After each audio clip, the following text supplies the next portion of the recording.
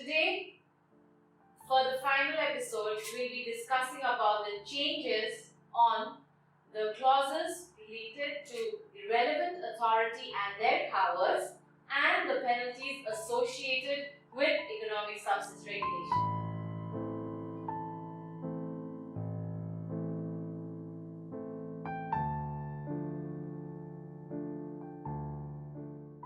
Yes, Survi, before going on to the relevant authorities, their powers and penalties, I would like to bring to the knowledge of audience that there is one more important concept which the compliance for the companies that are in the process of liquidation and winding up.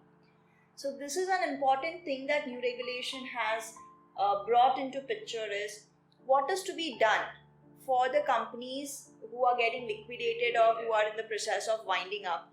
How can they meet the ESR compliance? Yeah. The earlier regulation did not mention anything about those entities or licensees who are liquidated or is in the process of liquidation or winding up. But you must have observed that the circulars or the guidance which was coming out from relevant authorities had a mention about it. So, some of the circulars had clearly mentioned that the entities or the licensees who are getting liquidated or being wound up before the date of filing notification need not require to file ESR notification. Therefore, they would not require to comply with the ESR requirements as well. Whereas, this concept or this point has been taken care in the new regulation. New regulation very clearly states that if an entity or the licensee is in the process of liquidation or winding up, they will have to meet the ESR compliance till the date of that liquidation or winding up, which means either the liquidator or the people who are responsible for this liquidation or the operations of the company will have to ensure that all the ESR compliance in terms of filing notification, meeting the substance requirement and ESR reporting is also met till the date the company is liquidated or is being wound up. So that's the whole change that has taken place. Now let us go back to the authorities. There were two authorities in the previous regulation. One is regulatory authority, the other one is competent authority. Regulatory authority means the authorities which are having certain powers, of course. In simple terms, they are the licensing authorities. Second one, the competent authority, that is the Ministry of Finance. Now, one more authority is added with this, that is National Assessing Authority. It is nothing other than our Federal Tax Authority, FTA. The assessment of adequacy and appropriateness of resources and assets utilized and expenditure incurred will be reviewed by the new authority, that is National Assessing Authority, Federal Tax Authority. It will review through the documents submitted by the licensees. Earlier, it was supposed to be reviewed by the regulatory authority. That means the concerned licensing authority. Suppose your license is in a free zone, that free zone authority will be reviewing the these requirements, SIGA. But here, Federal Tax Authority will be reviewing it. Okay, so with that, we have three authorities in place with their powers and functions. Along with this, the important role which competent authorities play is exchange of information with foreign competent authority. So what change has taken place in that aspect? Earlier, as per earlier ESR regulation, which is Cabinet Resolution 31, the exchange of information with foreign competent authority will take place in two scenarios. Point 1, where the licensee, which is in UAE, is carrying on high-risk IP business. Point 2, where the foreign competent authority or the information which is shared with foreign competent authority will be of that country where licensee, which is in UAE, has its parent company or ultimate parent company or ultimate beneficial owner. So these were the only two scenarios as per old regulation where the exchange of information was supposed to happen. Whereas as per new regulation, the scope has been widened up. the competent authority of UAE, which is Ministry of Finance, can share or can exchange the information with foreign competent authority in 4 scenarios. 1. Definitely where the licensee is carrying on high-risk IP business. Point 2. Where the resident claims to be the tax resident of a country. So here I would like to give an example. Suppose I, being the licensee, claims myself to be tax resident of Bahrain or maybe tax resident of India. In that scenario, the competent authority, which is Ministry of Finance of UAE, will share or exchange the information with competent authority in India. This was not there in the previous law. Similarly, the branch company in UAE of a foreign entity. This scenario also, the competent authority of UAE will share the information or exchange the information with foreign competent authority of the parent company, which is outside UAE. And lastly, the licensee, if it is not meeting the substance test in UAE, the information will be exchanged with foreign competent authority.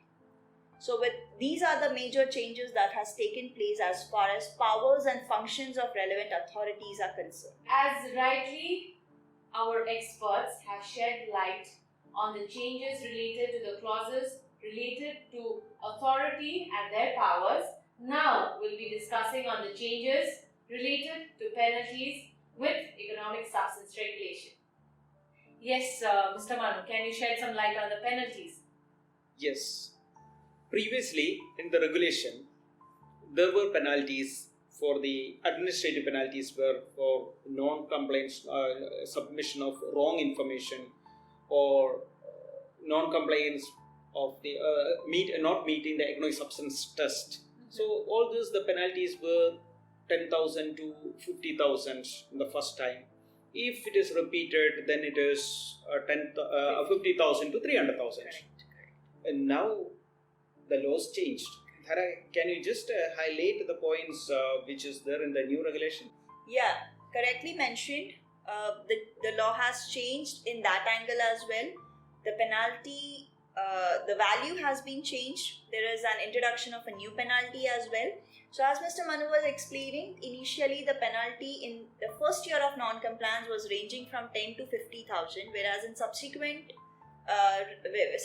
repetition of the same mistake, the penalty was 50 to 300,000.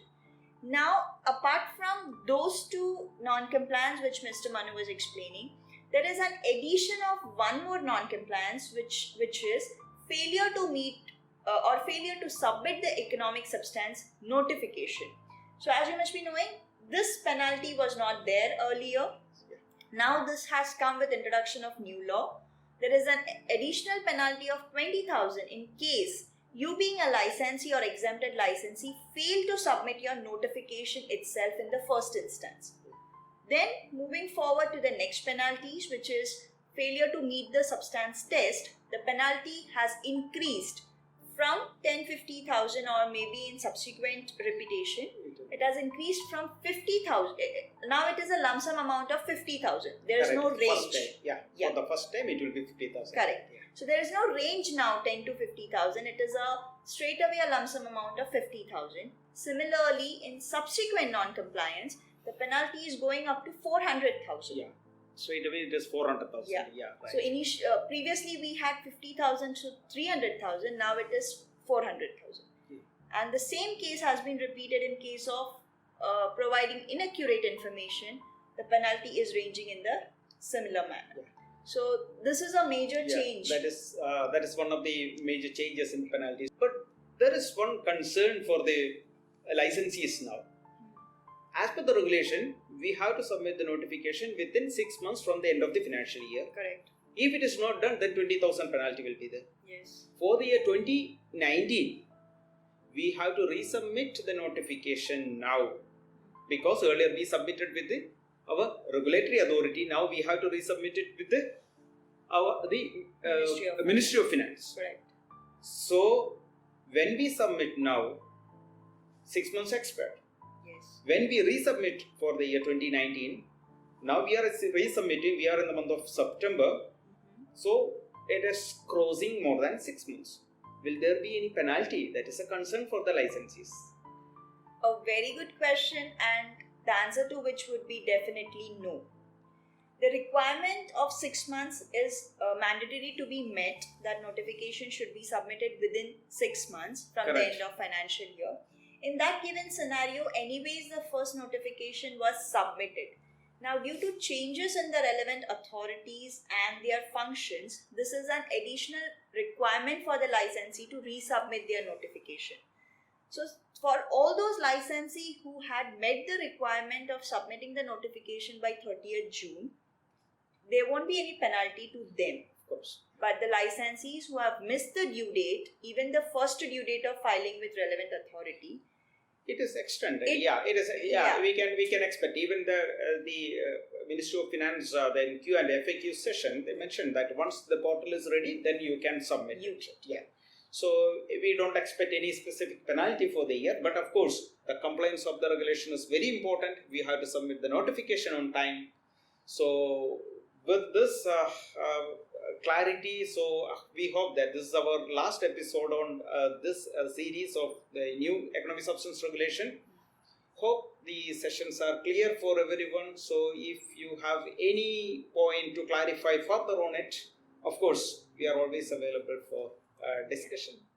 Correct. You can reach us anytime.